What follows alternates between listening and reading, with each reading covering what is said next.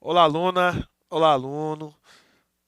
Bem-vindo a mais uma aula de física, né? Aula de retorno às férias, né? Hoje nós vamos começar a falar aí sobre eletricidade. Então, nessa primeira aula de retorno às férias, né, certo? Nós vamos começar uma série de aulas sobre eletricidade e magnetismo, né? Isso vai perdurar aí durante todo esse período, tá ok? Quanto às férias de vocês, espero que vocês tenham aproveitado as férias, mas também tenham estudado, colocado ali os conteúdos em dias, tá certo? Espero que vocês tenham ido lá na plataforma Gonçalves Dias e revisado os conteúdos, né, feito os exercícios propostos lá através dos materiais, tá certo? Bom, então vamos iniciar esse conteúdo fascinante que é a eletricidade. Bom, os fenômenos da eletricidade você consegue perceber no seu cotidiano. A sua TV, ela só está ligada porque tem eletricidade. O seu celular só consegue carregar por conta da eletricidade, certo? Os eletrodomésticos, o nome já diz, eletrodomésticos é porque precisa dessa eletricidade para o seu funcionamento, ok? Então, os fenômenos da eletricidade eles são super importantes para a organização da sociedade moderna, porque nós somos, hoje em dia, né, reféns dessa tecnologia, tá certo? E também é importante ali para essas atividades básicas que nós fazemos durante o dia a dia, como a própria comunicação, tá ok?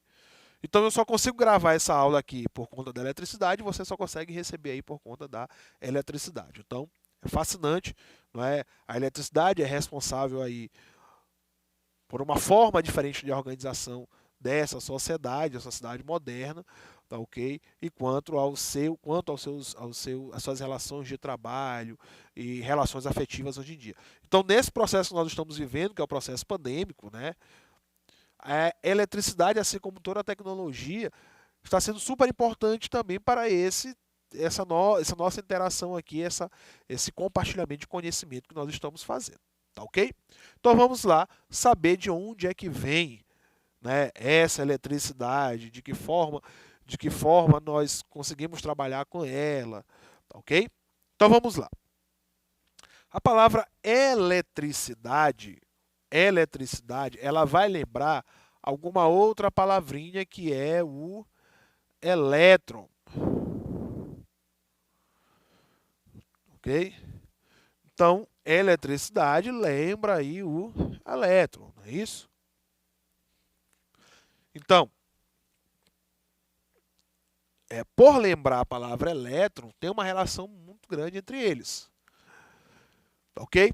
Então, a eletricidade, a gente só consegue perceber, ou o efeito da eletricidade só acontece porque tem essa relação com este cidadãozinho bem aqui, o elétron. E onde nós encontramos o elétron? Muito fácil, certo? Nós encontramos o elétron numa estrutura chamada de átomo.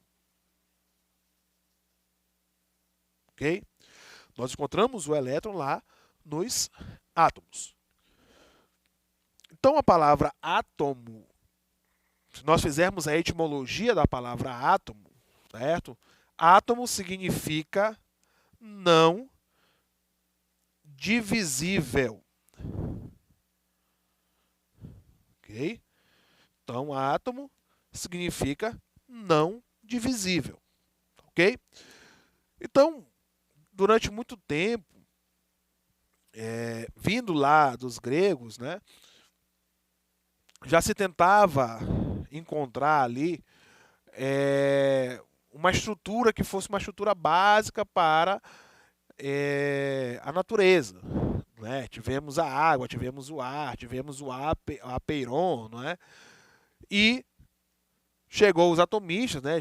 Leucípio, Demócrito e chegaram aí a essa situação, não é, de divisão da matéria. Quando chegasse a um ponto tão pequeno que não conseguia mais se dividir, dizia-se que ali era a menor parte da matéria, né? a elementar da matéria e se deu o nome de átomo. Então, depois de um bom tempo, ok? Chegaram os modelos atômicos de fato, ok? Então, o primeiro modelo atômico aqui é o modelo de Dalton, certo? O modelo atômico de Dalton, ele trata aí o átomo como se o átomo fosse aí uma partícula indivisível também, não é? Então, uma partícula rígida aqui e indivisível. É como se fosse aí uma bolinha de bilhar. Então, esse é o modelo atômico de Dalton, tá certo? Então, Dalton, ele já vem trazer aí como uma partícula aí maciça e indivisível, tá ok? Depois nós tivemos o modelo atômico de Thomson, né? O modelo atômico de Thomson, né, o J.J. Thomson, ele já vai ser um pouquinho diferente, ok? Vou jogar isso aqui para lá, ficar melhor. Então, o modelo atômico de Thomson, ele vai tratar diferente o seguinte. O Thomson, ele é considerado aí o pai, né, das partículas carregadas, né? Então, ele é o pai aí, né, do elétron, né, do próton, do elétron, por aí vai. Então, o modelo atômico de Thomson, o Thomson, que é o pai das cargas elétricas, né? Ele vai dizer o seguinte, ok? Então, Thomson nos diz o seguinte, que o nosso átomo, ele é uma carga aqui, ó, uma estrutura positiva, certo? Então, nós temos uma estrutura maior positiva, e nós temos aqui, essa estrutura positiva, estruturazinhas menores, certo? Negativas, ok? Então, essas estruturas menores que estão aqui nessa estrutura toda positiva são os elétrons. Então, eu tenho aqui uma massa positiva, ó, uma massa positiva, e nós temos aqui os elétrons, né? Que foi o modelo que foi chamado de pudim de passas, né? Porque parece um pudim de passa, né? Então eu tenho as passazinhas seriam aí os elétrons, ok? Depois nós tivemos aqui o modelo atômico de Rutherford.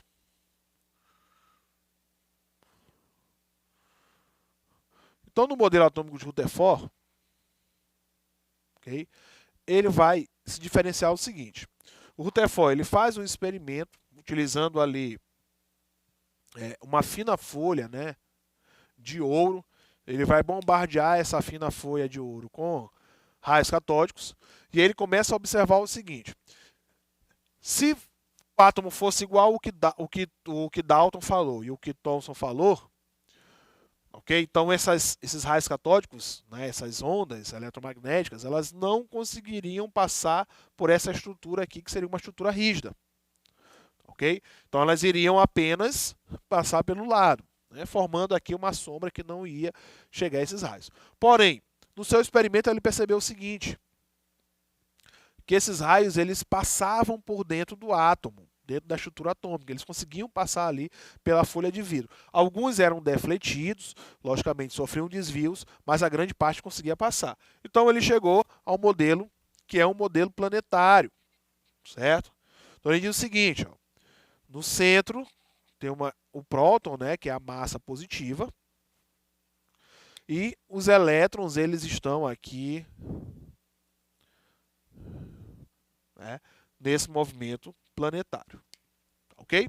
Então, por isso que o raio-x, né, os raios catódicos, eles conseguiam passar ali sem problemas. E parte deles eram defletidos ou pelo núcleo, que era positivo, né, ou pela eletrosfera.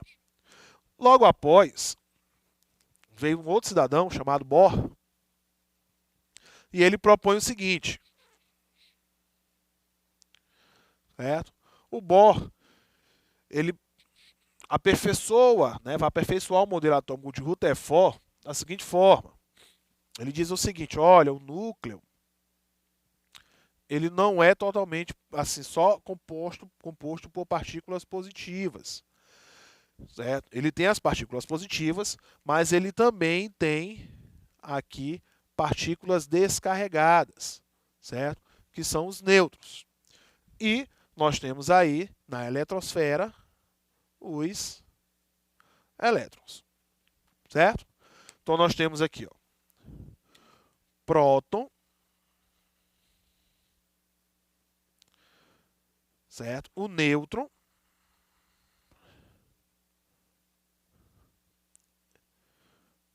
e o elétron, né?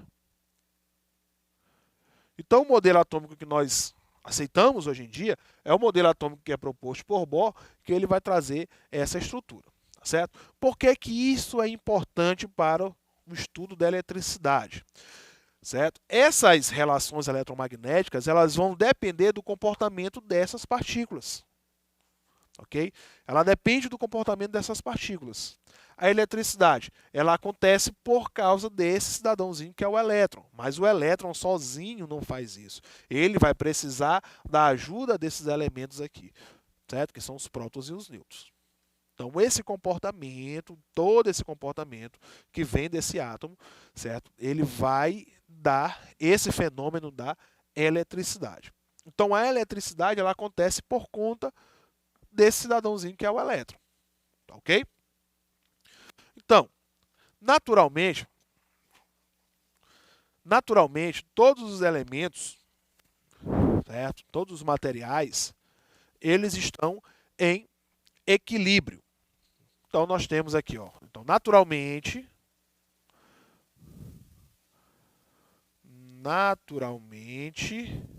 certo? Os corpos, eles se encontram em equilíbrio, né? Naturalmente, os corpos se encontram em equilíbrio. Então, a natureza, ela trabalha com equilíbrios.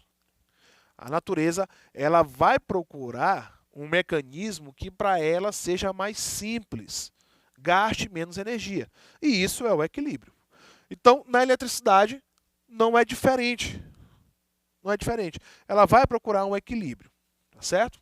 Então, para que se tenha um equilíbrio, nós temos que ter o seguinte. Então, nós temos aqui o núcleo atômico, logicamente, tá certo? E quando for feita ali as contagens, a contagem daquelas cargas positivas e das cargas negativas, tá certo? Lembrando onde cada uma se encontra, nós vamos ter ali números iguais, tá certo? Isso, a grosso modo falando, temos que ter números iguais dessas cargas aí em equilíbrio. Então, o corpo, quando ele está em equilíbrio, né, no caso, equilíbrio eletrostático, então, equilíbrio eletrostático, ele é causado quando o número de prótons, ó, o número de prótons, ele seja igual, não é, ao número de elétrons, certo? Ou da melhor forma, se nós dissermos o seguinte, o número de cargas positivas seja igual ao número de cargas negativas, ok? Então, quando nós tivermos essa configuração, o número de cargas positivas igual ao número de cargas negativas, é porque nós temos um corpo em equilíbrio eletrostático, certo? Então, esse corpo em equilíbrio eletrostático você consegue reconhecer aí, certo? Se você estiver tocando na sua mesa, na sua cadeira, certo? Sentado no sofá, certo? Segurando o controle remoto. Vocês vão perceber que esses materiais, esses corpos, eles não estão lhe dando choque, né? Vamos colocar entre aspas. Você não recebe nenhum estímulo elétrico desses corpos. Se você não recebe nenhum estímulo elétrico, é porque eles estão no equilíbrio, certo? Eles estão em equilíbrio. O número de cargas positivas, certo? Ele vai ser igual ali ao número de cargas negativas, ok? Então a natureza ela sempre trabalha com esses equilíbrios, ou ela tenta chegar a esses equilíbrios. Ela sempre vai procurar um modo de gastar menos energia. E se gastando menos energia, só se pode no equilíbrio, tá ok? Então, quando há um desequilíbrio, certo? Quando há um desequilíbrio, é que nós conseguimos perceber, de fato, esses fenômenos ligados à eletricidade. Então, quando estão em equilíbrio, nós dizemos aí que este corpo, ele é um corpo neutro, certo? Ele é um corpo neutro. Corpo neutro. Certinho? Quando o número de cargas positivas, né? O número de cargas positivas for diferente do número de cargas negativas, ok? Quando for diferente, certo? Nós dizemos então que este corpo ele não é mais um corpo neutro, certo? A partir de agora, ele é um corpo carregado, certo? Ele é um corpo carregado, ele é um corpo eletrizado, tá certo? Então, quando é igual, é um corpo neutro. Quando é diferente o número de cargas positivas e negativas, ele é um corpo carregado, um corpo eletrizado, tá ok? Então, vamos pegar grosso modo. Se você, quando você pega um choque, por exemplo, pegou um choque em um determinado eletrodoméstico, certo? Você só consegue pegar esse choque porque aquele corpo ele está eletrizado, ok? Então não há mais um equilíbrio entre esses corpos, ok? Não há mais um equilíbrio quanto ao número dessas cargas elétricas.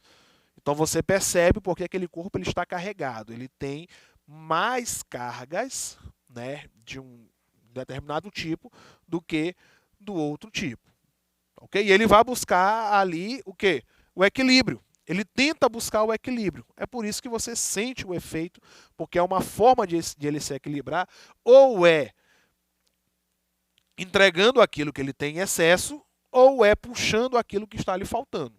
E esse fenômeno você vai reconhecer no seu corpo como choque. Tá ok? Bom, então ele é neutro ou ele é carregado. De que forma que a gente consegue contar esse número de cargas? É muito simples. O número de cargas ou quantidade, ou quantidade de cargas, certo? Nós contamos da seguinte forma, ok? Quantidade de cargas que é Q, ele vai ser igual a N vezes E. Vamos dar nomes. Q é quantidade de cargas, certo? O N, ele é o número de cargas, tá ok? O N, ele é o número de cargas. Número de cargas. Neste caso, este número de cargas N, ele vai ser dado pelo número de prótons, número de cargas positivas, menos o número de elétrons, né? O número de prótons menos o número de elétrons. Então você vai ter que contar cargas positivas, a quantidade, subtrair das cargas negativas e ver qual vai ser o valor, tá ok? E o E é o que nós chamamos de carga elementar. O E, ele é a carga elementar. Ele tem um valor. Ele é 1,6 vezes 10 elevado a menos 19 coulomb. Esse é o valorzinho do E. Então você vai, não é, fazer o número de prótons menos o número de elétrons e multiplicar pelo E, que é 1,6. Então aqui você vai ter dois tipos de carga. Ou a carga que vai ter o valor positivo, certo? Se for positivo, é porque o número de prótons é maior do que o número de elétrons. Se for negativo, é porque o número de prótons é menor do que o número de elétrons. Tá ok? Certinho? Então nós temos essa configuração para a quantidade de carga. Ok? Então com isso, nós finalizamos a nossa aula de hoje e até a próxima.